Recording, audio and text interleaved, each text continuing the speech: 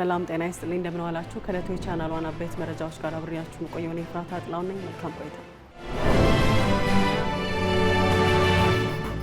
በእናቱ ሆድ ውስጥ 10 ጊዜ ደም የተለገሰው ህፃን በጤንነት ተወለደ። በየካቲት 12 ሆስፒታል ሜዲካል ኮሌጅ አበበች ጎበና እናቶችና ህፃናት ማዕከል በአፍሪካ ለመጀመሪያ ጊዜ በዓለም ደግሞ ለሁለተኛ ጊዜ ታላቅ የሕክምና ስኬት ተመዘገበ። የሳውዲ መንግስት የኡምራ የቪዛ ቆይታ ጊዜን ከ3 ወር ወደ 1 ወር ዝቅ አደረገ። በተሻሻለው የኡምራ ቪዛ ደንቦች መሰረት አንድ ሰው ቪዛ ከተሰጠበት ጊዜ ጀምሮ በ30 ቀናት ውስጥ ወደ ሳውዲ አረቢያ ለመግባት ካልተመዘገበ ቪዛው ይሰረዛል።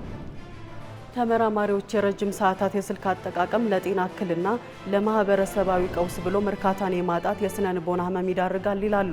ችግሩን ይፈታል በሚል ማተር ኒውሮ ሳይንስ የተባለ ኩባንያ ለአያያዝና አጠቃቀም የሚያስቸግር 2.7 ኪሎ ግራም የሚመዝን የስማርትፎን መያዣ ፈጠረ። መገናኛ ብዙሃን የሰው ሰራሽ አስተውሎትን ሲተገብሩ በኃላፊነት መንፈስ ሊሆን እንደሚገባ የኢትዮጵያ መገናኛ ብዙሃን ባለስልጣን አሳሰበ።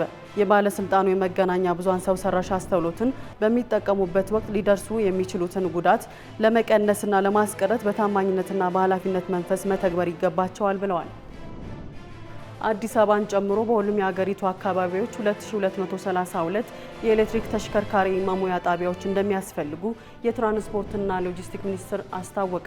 በአሁኑ ወቅት በሀገር አቀፍ ደረጃ የነዳጅና ኢነርጂ ባለስልጣን ፍቃድ የሰጣቸው 15 ያህል ኩባንያዎች በተለያዩ ስፍራዎች የኤሌክትሪክ ተሽከርካሪ መሙያ ጣቢያዎች እየተከሉ መሆናቸው ተገልጿል።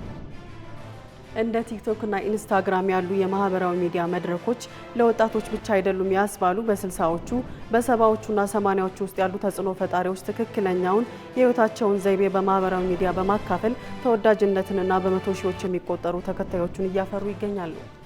ከዕለቱ የቻናል ዋና አበይት መረጃዎች ጋር አብሬያችሁ ቆይታ ያደረኩት እኔ ፍራታ አጥላሁን ነበርኩኝ። የእነዚህና የሌሎች ዝርዝር መረጃ በምሽት የዜና ወጃችን ይዘን እንመለሳለን። መልካም ጊዜን ተመኘን።